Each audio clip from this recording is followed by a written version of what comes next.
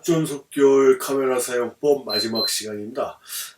지난 시간까지 8회에 걸쳐서 이 카메라에 대한 기본적인 사용 방법, 기본적인 사용 방법에 대해서 알아봤습니다.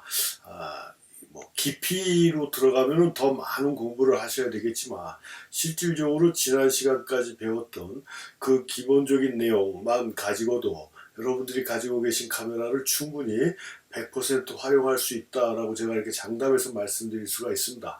그래서 처음 강의를 듣고 확실한 이해가 서지 않았다 그러면은 처음부터 다시 한번 들어보시면 충분히 얼마든지 이해가 되시고 또 그걸 응용할 수 있는 그런 또 사용법 자체를 마스터할 수 있는 그런 상황까지 될 수 있다라고 제가 이렇게 말씀을 드립니다. 이게 지금까지 해온 내용이 그렇게 어렵고 복잡한 게 아니기 때문에 우리가 이제 처음 시작하다 보니까 전문 용어에 대한 그런 그 생소함이라든가 뭐 이런 것 때문에 이게 바로바로 이 숙달이 되지 않아서 그렇지 어느 정도 시간만 조금 투자해서 사용법을 배우시다 보면은 금방 익숙해질 수 있다라는 점을 아시고요. 한두 번 해가지고 잘 안 된다고 포기하고 뭐 그러지 마시고 끝까지 포기하지 마시고 한번 해보시기를 바라겠습니다. 그리고 이 마지막 시간에 제가 해드릴 내용은요. 그래도 우리가 자기가 가지고 있는 카메라에 대한 사용 방법에 대해서 공부를 했지만 사진이 무엇이고 기본적으로 어떤 뜻을 갖고 있는지 그 다음에 이건 뭐 사진을 배우려고 하는 첫 번째 목적이 뭡니까? 좋은 사진을 찍기 위해서 배우는 거겠죠. 좋은 사진을 찍기 위해서는 어떠한 방법이 있는지를 마지막 시간에 정리 차원에서 한번 설명을 해드릴 테니까 오늘 하는 이 강의가 실질적으로 사진을 잘 찍을 수 있는 아주 핵심적인 요소만 제가 뽑아서 말씀을 드리는 거기 때문에 자신의 카메라를 잘 다루시고 그 다음에 이번 시간에 하는 내용만 제대로 이해를 하신다 그러면은 여러분들도 얼마든지 훌륭하고 좋은 사진을 만들 수 있다 라고 다시 한번 강조하고 본 수업에 들어가겠습니다. 그래서 우리가 말하는 그 사진이라고 얘기하죠. 사진. 우리는 지금 여기 지금 사지라고 얘기하고요. 이 사진의 원어가 이 포토그래피 아닙니까? 그래서 이 포토그래피라는 게 그러니까 사진은 여기 지금 한문으로 백길사 참진이고요. 포토그래피는 이 빗으로 그린 그림이라는 뜻을 갖고 있는 게 이 사진의 원래의 뜻입니다. 그래서 이 지금 바탕 배경이 자료화면 배경 사진으로 사용된 게 이 초창기 사진 발명가, 그러니까 사진 발명가, 그러니까 세계 최초의 사진 발명가로 인정받은 이 니세프르 니엡스라는 사진가가 이 사진 수를 완성짓기 위해서 테스트 샷으로 찍었던 겁니다. 이게 이제 프랑스 파리의 어디인데요. 정확한 지명은 제가 모르겠지만 그래서 이 사진이라는 게 그런 어떤 뜻을 가지고 만들어진 건지 그걸 하나하나 좀 잠깐 한번 알아보면요. 이 포토그래피라는 거는 포토가 빛이고 그래피는 그리다. 그래서 그게 히라보 그리스어라고 얘기하죠. 히라보에서 어원을 갖고 있는 거고요. 그래서 빗으로 그린 그림이라는 뜻의 그 합성을 하고 볼 수가 있습니다. 이 포토그래피. 우리가 지난 시간까지 배울 때도 이 사진이라는 게 빛으로 이루어지는 예술이라고 말씀드렸지 않습니까? 빛에 의해서 만들어지는 매체가 사진이다라고 얘기를 했고요. 그래서 그렇게 초창기 사진술이 만들어지고 이루어지면서 사진을 연구했던 사진가 중에 조셉 니세프르 니엡스라는 비공식 세계 최초의 사진 발명가가 있는데요. 그 사람이 처음에 사진을 빛에 의해서 이미지를 만들어 놓고 헬리오그라피라고 얘기했습니다. 태양으로 그린 그림 이런 뜻으로 해서 헬리오그라피라고 얘기를 했다가 나중에 이제 존 호셀이라는 사람이 포토그래피, 빛으로 그린 그림이라는 말을 사용했다라고 얘기를 합니다. 그때부터 빛으로 그린 그림이다라는 뜻으로 이 사진의 용어가 이렇게 전해져 왔고요. 모든 나라, 세계 대부분의 나라에서는 이 빛과 관련된 언어로 이 사진이라는 말을 사용을 하고 있습니다. 그러니까 자신들의 그런 그 자신들의 말에 이 빛하고 관계된 말로 이 사진이라는 용어를 사용하고 있다라는 얘기겠죠.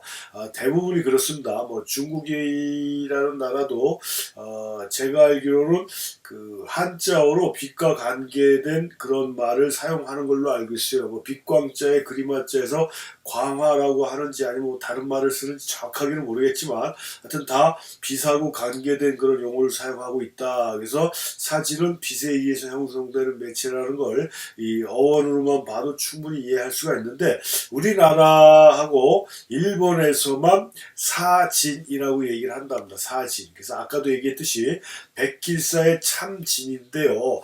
이 백길사라는 건 외형적이고 기술적인 면, 그러니까 대상의 외면을 완벽하게 복사하고 참진이라는 건 대상 인물에 내재된 정신세계에 대한 지금 저기까지 표현해야 된다. 그러니까 내면까지 우러내야 된다라는 뜻으로 사진이라는 말을 사용한다라는 얘기예요. 그러니까 훨씬 더 뭐 그냥 단편적으로 빗으로 그린 그림이다라는 단순한 어원이 아니라 굉장히 철학적인 내용이 담겨져 있는 게 이 사진이다라고 이렇게 볼 수가 있는데요. 그럼 뭐 일본은 모르겠어요. 왜 사진이라고 썼는지 어떤 책을 보면은 뭐 일본에서 먼저 사진이라는 얘기를 했고 그걸 우리가 뭐 번역하는 차원에서 하다 보니까 사진이라고 했고 그걸 우리가 따라 쓴다라고 쓴 책도 제가 본 것 같긴 한데 그건 잘못된 것 같아요. 뭐 일본 애들이 무슨 이유에서 어느 시기부터 사진이라고 했는지 뭐 그것까지 제가 잘 모르겠지만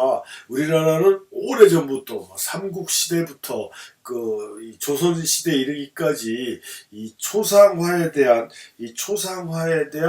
그 말로 이 사진이라는 용어를 사용해 왔다라는 얘기입니다. 그러니까 뭐 굉장히 많은 용어들이 초상화, 우리가 일반적으로 지금 초상화라고 부르는 그런 용어들이 그 전부터 사진 뭐 다른 거 뭐 하여튼 굉장히 많은데 그런 다양한 인물화에 대한 그 용어 자체에서 그 단어의 일종으로 이 사진이란 말이 사용되어 왔던 거고 이 짧은 시간에 제가 말씀을 못 드렸지만 사진이라는 게 그러니까 사진술이 발명되는 동기부여 중에 하나가 인물 사진에 대한 그 수요가 폭발하면서부터 나라고도 얘기할 수가 있거든요. 그 정도로 이 초상 사진, 인물 사진에 대한 욕구가 넘쳐나다 보니까 그걸 바탕으로 해서 사진술이 만들어졌기 때문에 사진술이 완성된 다음에 대부분의 사진은 거의 90% 이상이 대부분 인물 사진들을 찍어왔던 겁니다. 그러니까 우리나라에 사진술이 들어왔을 때도 대체적으로 인물 사진 쪽으로 집중돼서 사진술이 퍼지기 시작했다라는 거고 인물 사진 자체가 그 전에 초상화로 그렸던 그 개념과 같다라고 해서 초상화에 붙여졌던 사진이라는 이름을 지금 우리가 하고 있는 사진에 붙여줬다라는 얘기입니다. 그런 어원을 갖고 있는 게 우리나라의 사진이고 좀 전에도 말씀드렸지만 굉장히 철학적으로 깊이 있는 그런 내용을 갖고 있는 것이다. 외형을 완벽하게 복사하고 내면까지도 우러나게 표현하는 게 사진이다라는 뜻으로 사진이란 말이 붙여졌다라는 얘기고요. 그게 우리가 지금 좋아서 배우고자 하는 사진의 어원이다라고 이렇게 보시면 되겠고, 시작할 때도 말씀드렸지만 우리의 최종 목적은 뭡니까? 사진을 잘 찍기 위한 방법이겠죠. 근데 사진을 잘 찍기 위해서는 그 좋은 카메라가 우선이 돼야 되는 건 아니고 좋은 렌즈가 우선이 돼야 되는 건 아닙니다. 이 잘 찍은 사진의 가장 큰 중심은 내가 촬영하고자 하는 대상을 얼마만큼 많이 알고 있느냐가 사진의 완성도를 결정짓는다라고 이렇게 볼 수가 있어요. 이 장비는 절대 아닙니다. 뭐 많은 사람들이 그런 얘기 합니다. 여러분들도 그런 얘기 들어보신 분들이 있을 겁니다. 카메라는 사진을 하기 위한 보조 도구다. 보조 도구에 불과하다라고 말들은 그렇게 하면서 자신들이 사용하는 카메라들은 어마어마하게 비싸고 어마어마하게 비싼 렌즈나 이런 장비들만 선호한다는 얘기죠. 근데 굉장히 잘못된 건데요. 그런 카메라나 렌즈가 좋아야 좋은 사진을 만들어내는 게 아니고 어떤 카메라를 카메라를 사용하든지 간에 그 카메라를 내가 원하는 대로 조작할 수 있게 기술적으로 숙달이 됐다라고 그러면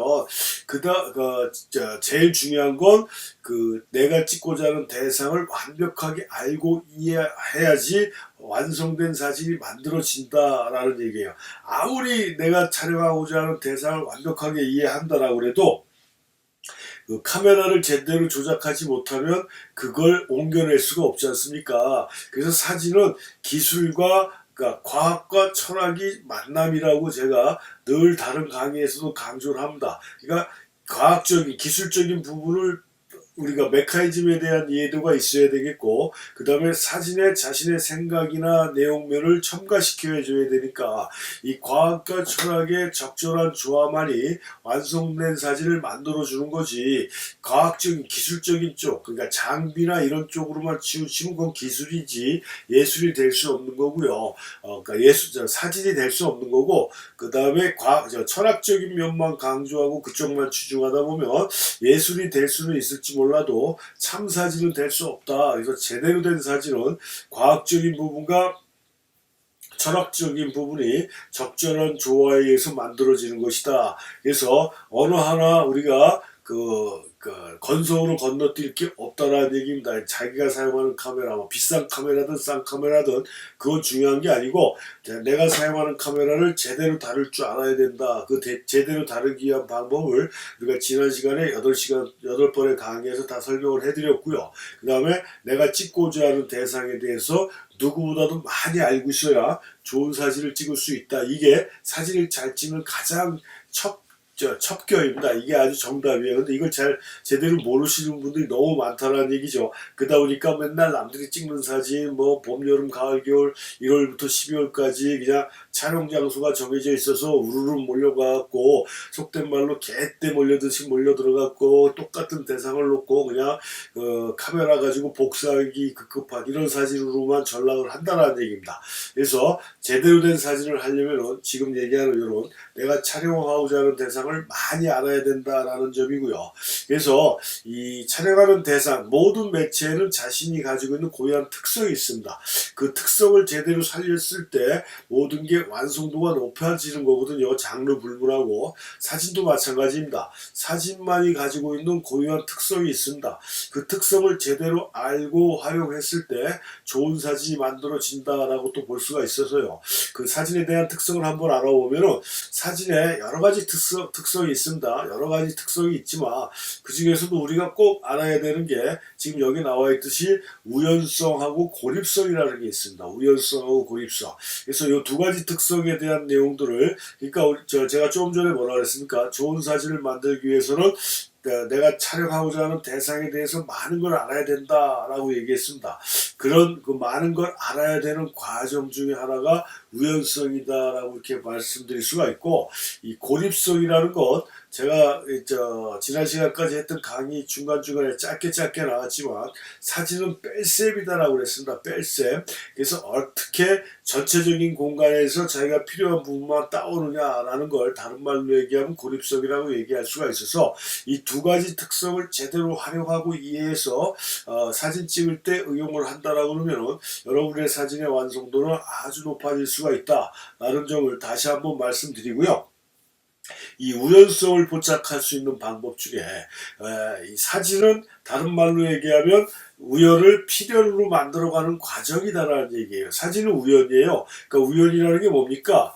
준비되지 않고 계획되지 않고 하는 이렇게 해서 만들어지는 게 우연이라는 얘기 아니겠습니까? 우연히 마주쳤다 이렇게 되는 그게 우연인데 그 우연을 필연으로 만들기 위해서는 그만큼의 준비 과정이 필요한 거고 아까 얘기한 대로 대상을 알아야 된다는 얘기예요. 그래서 그 우연을 필연으로 만드는 과정이 흥미와 관심 있는 대상을 일단 선택을 해줘야 된다는 얘기죠. 좀 전에 말씀드렸지만 남들이 찍는 무조건 쫓아다니면서 찍어야 사진 작가가 될 수가 있고 어디 무슨 단체에서 주관하는데 가야 점수가 나오고 작가증도 줘서 진짜 작가가 되는 걸 그냥 착각하시는 분들이 많은데 그건 아무짝에 쓸모없는 거고요. 그 사람들이 진행하는 거기에 돈만 보태주는 꼴일 뿐이 안 되는 겁니다. 그게 진정한 사진이 아니라 일단 나한테 내가 진짜 진짜 관심 있는 대상을 일단 선정을 해줘야 돼요.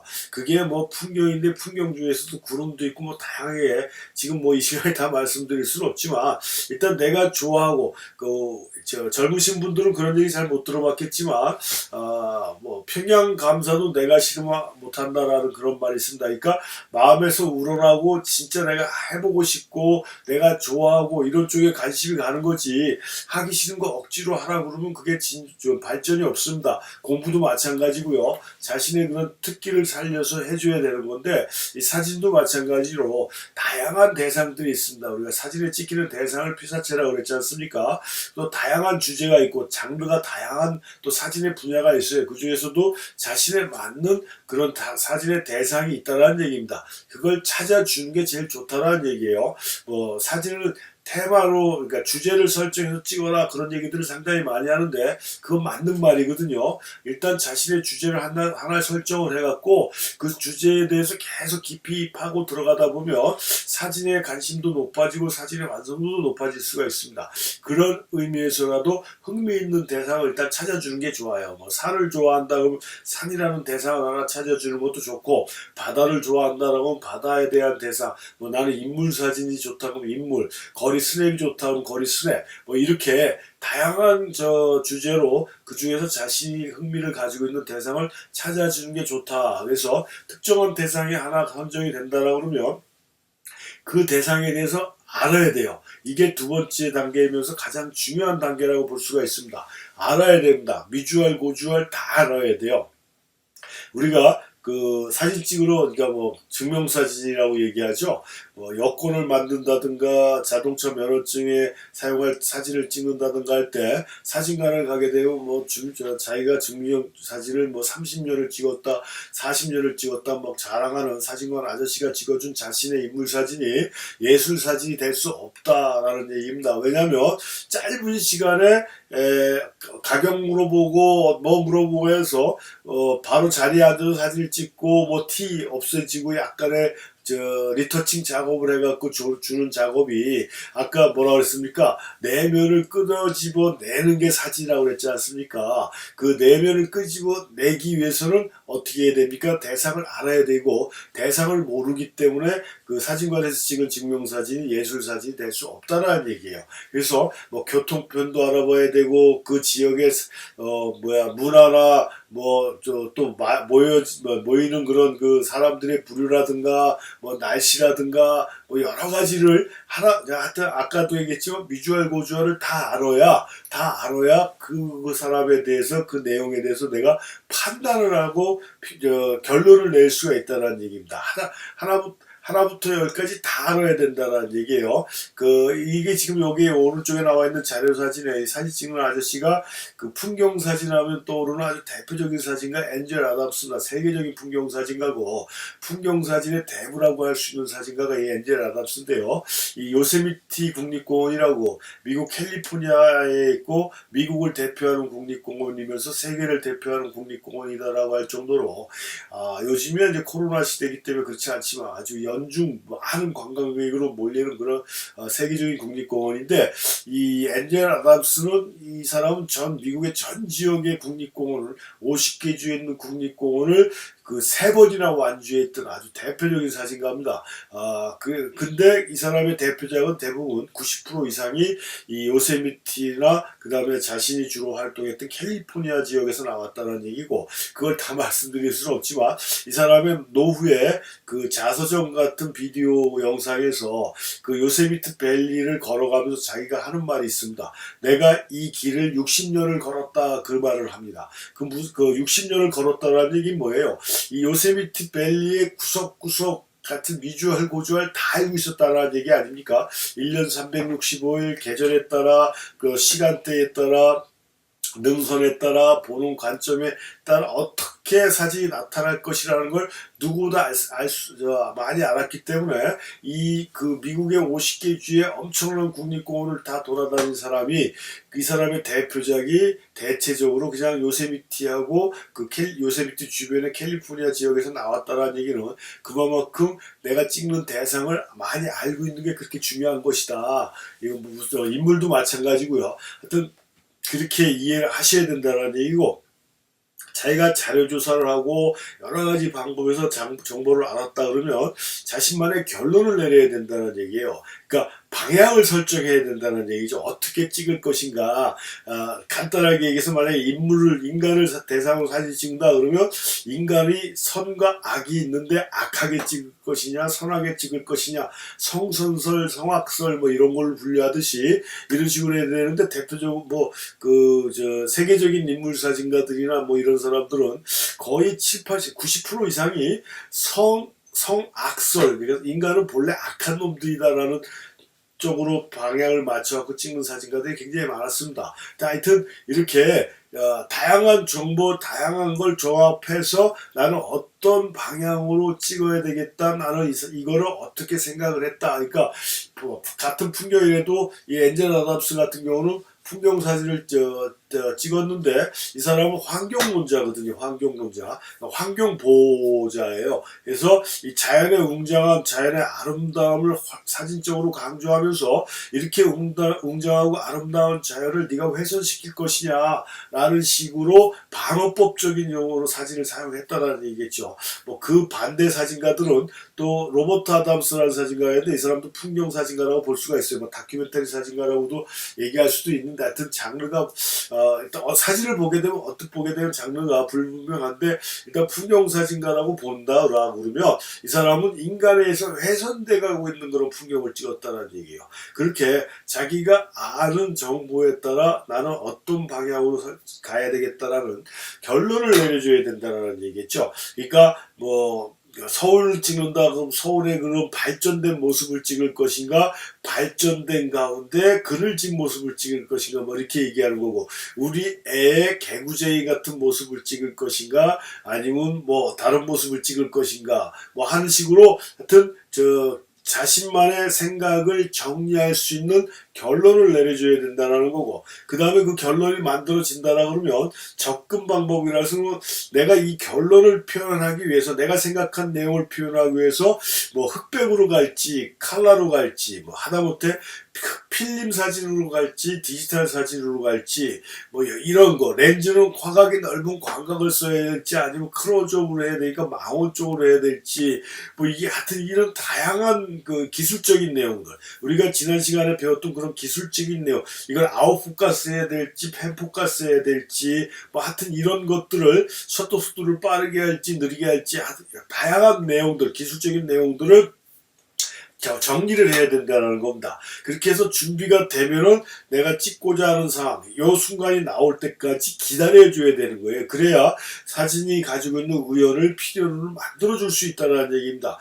세계적으로 유명한 사진가, 제가 유튜브에도 올려놓은 20세기 빛낸 사진가라는 그 강의에서 보시면은 거기에 나오는 사진가들의 기본적인 내용들이 뭐 거리 스냅 사진가든 전쟁 사진가, 뭐 전쟁 사진가들이 기다릴 틈도 없이 굉장히 혼란한 상황이었지만, 아무튼 뭐 모든 장르의 사진가들이 자신이 생각하고 준비한 내용이 나올 때까지 기다렸다 찍는다라는 거. 그래서 다른 말로 얘기하면 사진은 또 기다림의 예술이다라고 얘기할 수가 있다는 얘기입니다. 그래서 이 5가지가 완벽하게 준비됐을 때, 그 다음에 셔터를 눌렀을 때 그게 결정적 순간이 될 수 있다는 얘기입니다. 결정적 순간. 그러니까 그 앙리카르티에 브레송이라는 사진가가 결정적 순간이라는 사진을 만들면서 이 결정적 순간이라는 거를 정리했는데, 빛, 감정, 그러니까 빛, 감정, 갑자기 구도 이거였어요.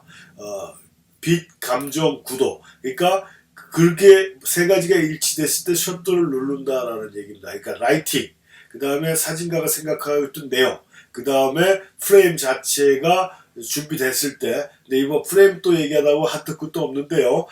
하여튼 뭐 이런 식으로 해갖고 셔터를 눌러야 된다라고 얘기했던 게 그게 결정적 순간이고, 그래서 그런 결정적 순간을 제대로 만들어낼 수 있는 게 이거라는 얘기입니다. 이거 5가지 방법을 제대로 우리가 이해하고 준비한다라고. 그러니까 사진은 무조건 카메라만 들고 나가서 셔터를 누른다고 해서 다 지켜지는 게 아니고, 셔터를 누르기 전에 준비해야 될 상황들이 상당히 많다는 얘기예요.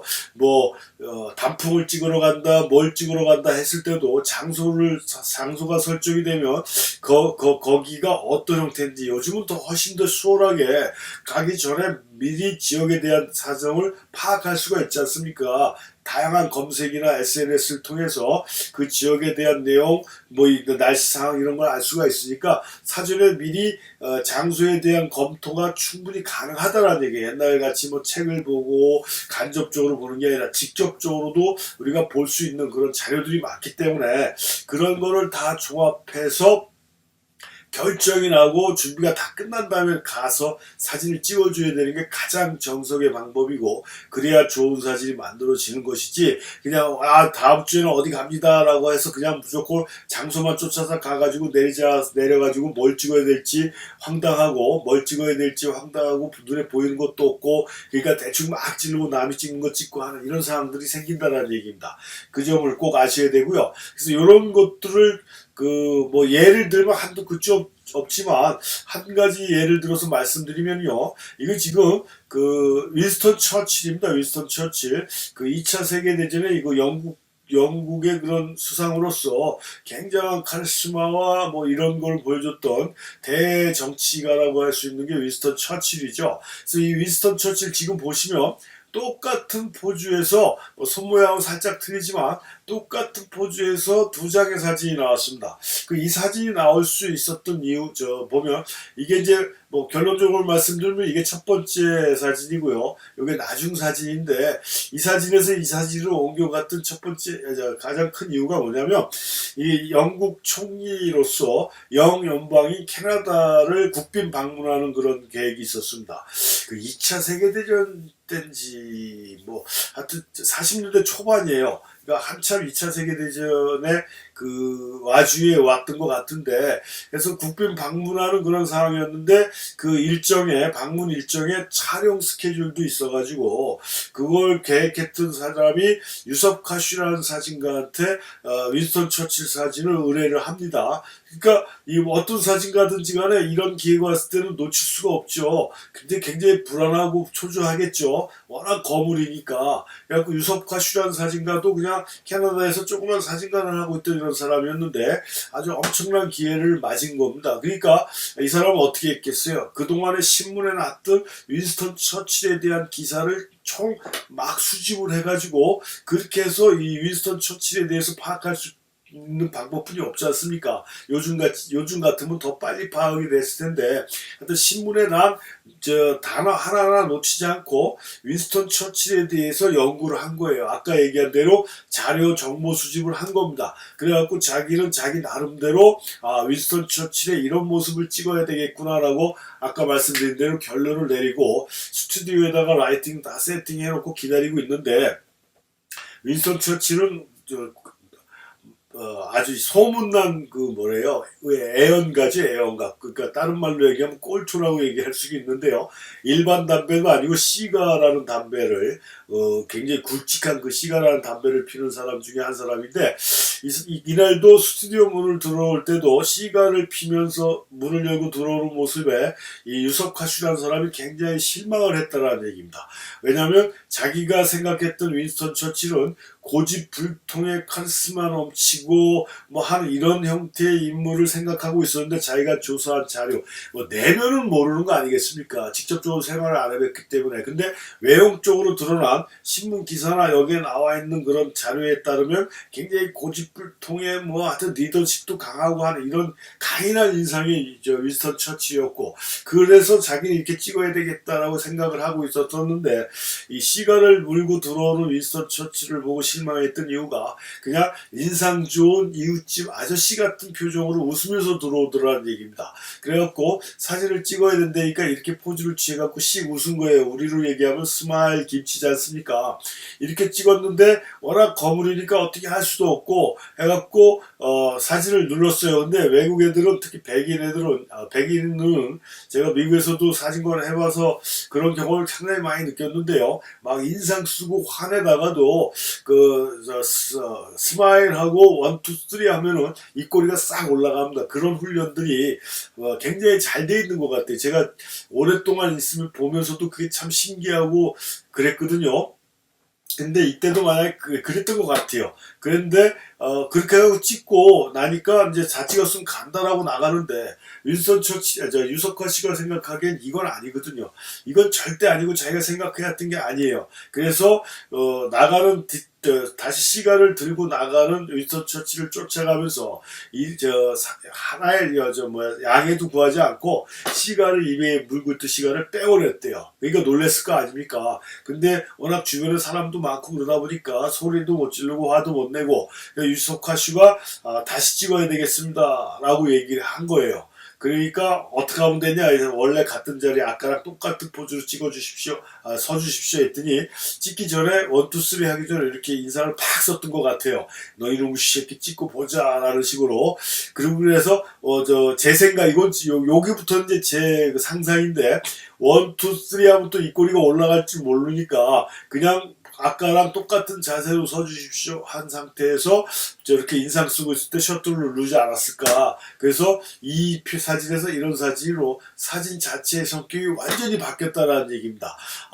이게 중요하다는 얘기겠죠. 그래서 이 사진이 라이프지 표지 사진으로 실리면서 유섭카 슈라는 사진가가 세계적인 인물 사진가로 급부상하게 됐다는 얘기고, 덩달아서 윈스턴 처칠도 그 전까지도 지명도가 높은 정치가였지만 더 높은 지명도를 갖는 그런 세계적인 정치가로 또 올라가는 이런 상황이 돼버렸다는 얘기고요. 그래서 유섭카 슈한테 수많은 인물들이 인물 사진을 의뢰해갖고, 유석화 씨가 사진을 찍어주지 않은 사람은 세계적인 사람이 아니다라고 할 정도로 아주 인형을 초월하고 그러니까 나라를 초월해서 세계 각국의 유명한 연예인, 정치가, 경제인 다 이 유석화 씨한테 인물 사진을 찍히는 이런 상황들이 만들어졌다. 그래서 이런 것들이 아까 앞에서 얘기한 대로 내가 어떤 방향으로 사진을 찍을 것인지의 대상들을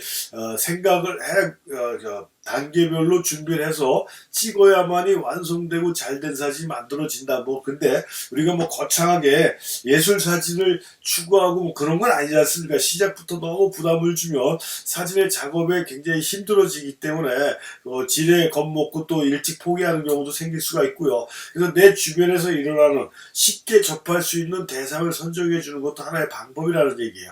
주변의 이야기, 우리 가족의 이야기, 아니면 내가 출퇴근하면서 통학하면서 지나다니는 내가 늘 다니는 길에서 이루어지는 이야기, 이런 식으로 간단한 테마를 하나 설정을 해서 사진을 찍는 연습을 하다 보면 사진에 또 다른 재미도 느낄 수 있다라는 점을 생각하시면 되겠고, 요 방법대로 하게 되면 여러분들도 완성된 사진을 만들 수 있다라는 걸 제가 확실하게 장담을 합니다. 이게 우연성이고, 그래서 다시 한번 정리해서 말씀드리면 사진은 우연을 필연으로 만들어가는 과정이다라는 점 다시 한번 강조하고요. 그 다음에 두 번째 특성이 뭐라고 그랬습니까? 고립성이라고 그랬고, 사진은 뺄셈이라고 얘기했지 않습니까? 다시 한번 말씀드리면 미술은 정해져 있는 화폭의 빈 공간에 필요한 걸 집어넣는 플러스 예술이라고 그랬고요. 사진은 정해져 있는 공간에서 내가 필요한 부분만 따오는 마이너스 작업이라고 얘기를 했습니다. 그 점을 명심하셔야 되는 거, 제가 이 자료 사진을 보여드리는 이유가 지금 여기 반사각이 생겨갖고 이쪽은 잘 안 보이는데, 이게 제가 보스턴에 갔을 때 어느 지하 식당인가 마켓을 들어가는데 그 입구에 벽에 붙어있던 사진 액자였어요. 근데 제가 이걸 보고 굉장히 충격을 받았다고 얘기해야 되나요? 감동을 받았습니다. 늘 강의할 때 제가 주장하고 강조했던 건데, 이걸 갖다 이런 식으로 샘플로 만들어 놓은 걸 보고 아주 진짜 사진을 찍으면서 흥분을 했었는데, 유리 액자에 껴있는 거다 보니까 반사각이 있어요. 요건 우리가 지난 시간에 배우지 못했지만 뭡니까? 반사각을 제거해주는 CPL 필터라는 게 있었으면 저걸 없애서 좀 더 깨끗하게 찍을 수가 있었는데, 그걸 일반적으로 끼고 다니는 필터가 아니었기 때문에 또 사진을 찍으려고 갔던 건 아니고 그냥 여행 으로 가서 그래서 여기 지금 반사각이 생긴 게 제일 아쉽지만 일단 뭐 그게 중요한 게 아니라 여기 지금 화면이 작은 분들은 잘 안 보이겠지만 위키더 썸입니다. 이게 단어가 여기서 그 WICKED 그 AWESOFE에서 인공물이든 자연물을 이용해서 알파벳을 만든 거예요. 이 알파벳을 만든다라는 건 시각화 훈련에 굉장히 도움이 되는 거거든요. 우리 주변에 자연물이든 인공물이든 보다 보면 알파벳뿐만이 아니라 아라비아 숫자도 만들어낼 수가 있어요. 1부터 제로까지 그러니까 제로부터 9까지 만들 수가 있고 A부터 A, B, C, D 해가지고 E, F, G까지 만들어낼 수가 있습니다. 근데 그렇게 만들어내려면 자기가 보는 사물에서 뭐 주변을 잘 정리해서 찍으면 A가 되고 B가 되고 W가 되고 이것처럼 I, C, K, E, D 이런 식으로 알파벳 단어 하나하나를 만들어낼 수 있다는 얘기입니다. 요렇게 시간 날 때마다 사물을 보고 숫자를 찾든가 알파벳을 찾든가 뭐 선의 이미지를 찾는다는 그런 연습을 하다 보면 어떤 대상에서도 내가 필요한 부분을 따내는 그런 훈련은 완벽하게 소화시킬 수가 있다. 그러니까 우리가 자라면서 항상 하는 얘기, 듣는 얘기가 청년들은 나무를 보지 말고 숲을 넓게 보라고 얘기하지 않습니까? 지금 사진은 숲을 보지 말고 나무를 봐줘야 돼요. 나무를 보면 숲이 보이게끔 해줘야 되는 게 그게 고립성이고 사진을 뺄셈인 겁니다. 그래서 이런 식으로 우리가 훈련을 해주는 게 굉장히 좋은 방법이고 제대로 절단을 해줘야 되는 겁니다. 그게 우리가 사진 찍을 때 제일 많이 듣는 얘기가 사진의 구도 얘기를 상당히들 많이들 합니다. 거의 뭐 10명이면 9명이 구도 갖고들 뭐 얘기들 하는데요.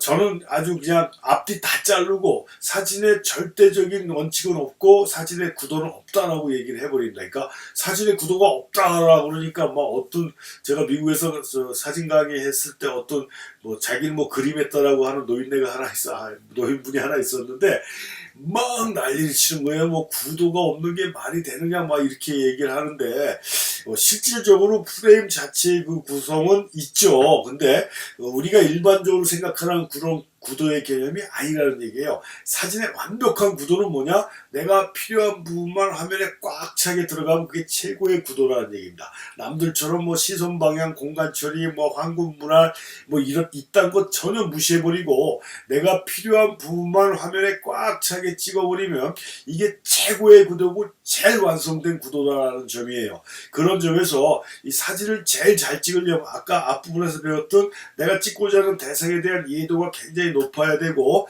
그 다음에 기술적으로 카메라를 잘 다뤄야 되고 그 다음에 내가 찍고자 하는 대상에 불필요한 부분을 완벽하게 잘라버리고 필요한 부분만 화면에 들어가게 찍으면 그게 최고의 사진이 될 수가 있는 거지. 어설프게 구도가 어쩌니 저쩌니 이런 거에 대해서는 전혀 우리가 신경 쓸 필요가 없다.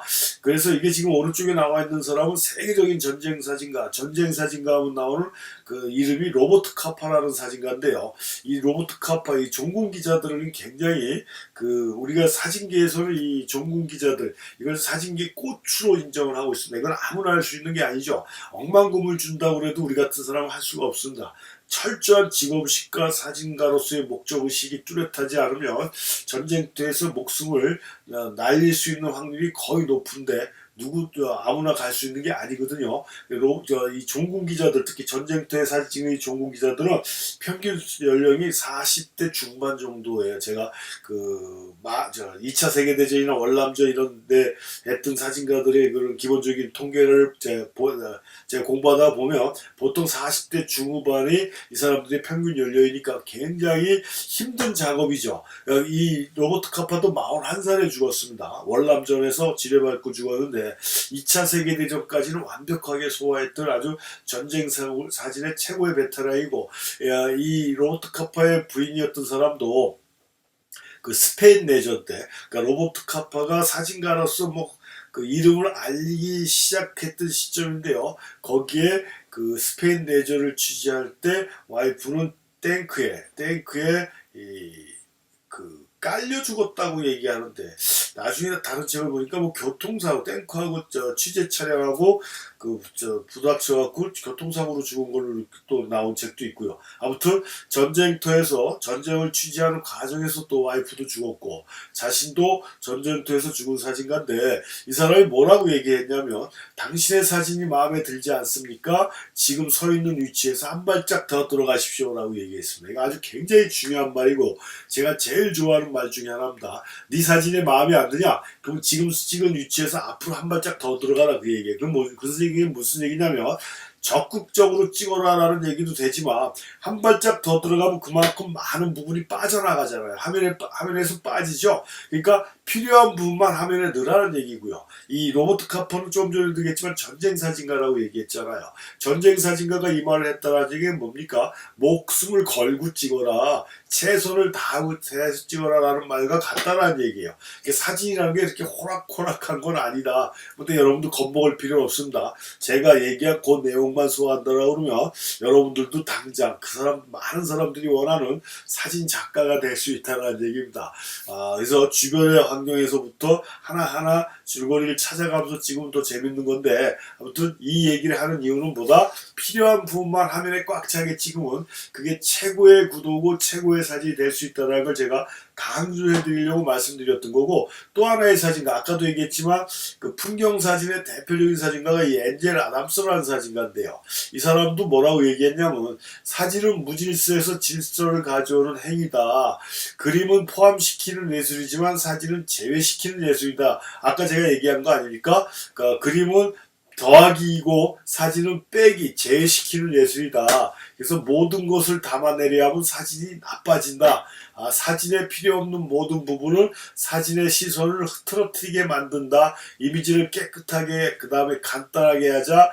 적은 것이 많은 것이다. 사진 안에 들어있는 게 적을수록 강한 이미지를 만든다라고 얘기를 했어요. 저 아저씨가 그래서 이 사진이라는 건 정리해서 말씀드리면 그러니까 지금 다 끝났지 않습니까? 아까 시작할 때도 말씀드렸지만 8시간 동안 8번 동안 배웠던 그 카메라의 기본적인 조작 방법만 알고 있으면 그 이상 그 이하도 알 필요가 없어요. 딱 그거까지만 알아도 내가 사진 찍는데 전혀 문제가 없다라고 제가 누차 말씀드렸습니다. 그 사진적인 기술적인 내용하고 그 다음에 우연성을 포착하는 5가지의 방법 그 다음에 사진은 뺄셈이라고 그랬지만 화면에 들어가는 게 적을수록 강한 사진이다 그랬고 내가 필요한 부분만 화면에 가득 차게 사진을 찍으면 그게 최고의 구도다 라고 말씀드렸어요. 이런 식으로만 하면 사진은 최고의 사진이 될 수 있는 거지 다른 거 필요 없습니다. 그 다음에 적극적으로 찍는 거고요. 제일 중요한 건 찍기 전에 내가 찍고자 하는 대상에 대해서 공부를 해줘야 된다라는 얘기예요. 제가 주로 있는 사무실이 있는 그 인사동이다 그러면 인사동에 대해서 알아야 인사동을 찍는 거죠. 북한산이다 그럼 북한산에 대해서 알아야 사진을 찍을 수가 있는 거죠. 그렇게 어떤 대상이든지 간에 내가 많이 알면 많이 알수록 보이는 거예요. 친구 관계도 마찬가지고 남녀 관계도 마찬가지고 사귀면 사귈수록 뭔가 몰랐던 걸 자꾸 알아가지 않습니까? 알아가면서 새롭게 보이는 겁니다. 그러니까 사진이라는 것도 특정한 장소가 있습니다. 내가 마음에 드는 특정한 장소가 있으면 처음 갔을 때 안 보이던 게 두 번째 가면 보여요. 두 번째 갔을 때도 안 보였던 게 세 번째 가면 보입니다. 같은 장소를 계속 방문하다 보면 자꾸 새로운 게 보이고 새로운 게 눈에 들어오게 돼 있어요. 그 엔젤 아담스가 내가 이 길을 60년 걸었다 이 말을 머릿속에 딱 넣어두시면 그게 사진의 정답이다. 그래서 내 주변에서 쉽게 그러니까 사진으로 그러니까 영상 일기를 쓴다라는 생각으로 하루하루의 그 일기를 사진으로 담아보는 것도 사진을 가볍게 시작할 수 있는 방법에 해당된다라고 이렇게 보시면 되겠습니다. 이렇게 어렵게 생각하지 마시고요. 그 다음에 제가 아까 PL 필터 얘기하다가 문득 생각난 건데 이 필터의 기본적인 사항도 설명을 해드려야 되는데요. 우리 렌즈 앞에는 필터를 꽂아 주셔야 돼요.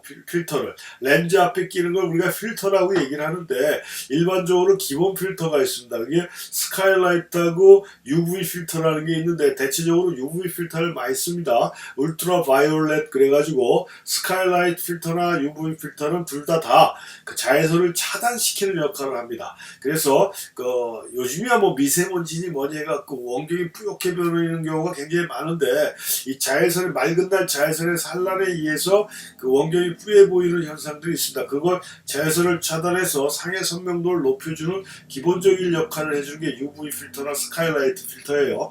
요걸 기본적으로 꽂아줘야 되는데 그 이유도 있지만 렌즈에는 뭐가 돼 있습니까? 코팅이 돼 있어요. 그래서 필터가 꽂아져 있지 않은 상태다 보면 렌즈를 자꾸 만지게 되고 먼지가 끼게 돼. 그러면 어떻게 됩니까? 닦아줘야 되잖아요.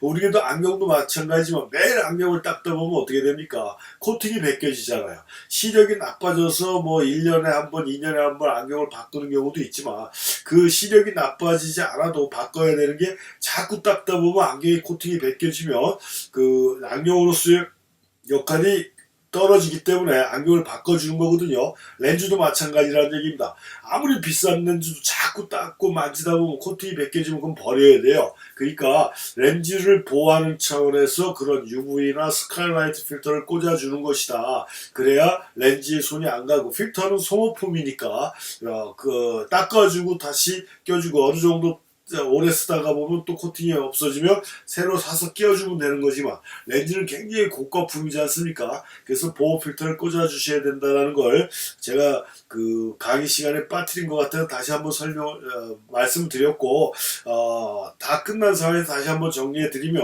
그 앞부분에서 배웠던 그 카메라에 대한 기본적인 사항을 우리가 숙달시키고 그 다음에 내가 찍고자 하는 대상에 대해서 많이 한 상태에서 내가 찍고자 하는 대상이 필요한 부분만 화면에 꽉 차게 들어가는 사진 찍는 게 그 최고의 구도고 최상의 표현 방법이다라는 점 그걸 이해하셔서 내 주변에서 볼 수 있는 내가 다른 거에 비해서 좀 알고 있는 것부터 사진을 찍기 시작하다 보면 사진이 재밌어진다. 그래서 다양한 걸 찍어 보시는 게 좋아요. 처음에 사진을 배우실 때는 다양하게 찍어 보시는 것도 좋지만 좀 어느 정도 기본적인 게 익숙해졌다 그러면 주제를 하나 설정해 놓고 찍는 것도 사진의 재미로움을 더해줄 수 있는 방법이 될 수 있다라는 점을 말씀드리면서 모든 강의를 마치겠습니다. 고생들 하셨습니다.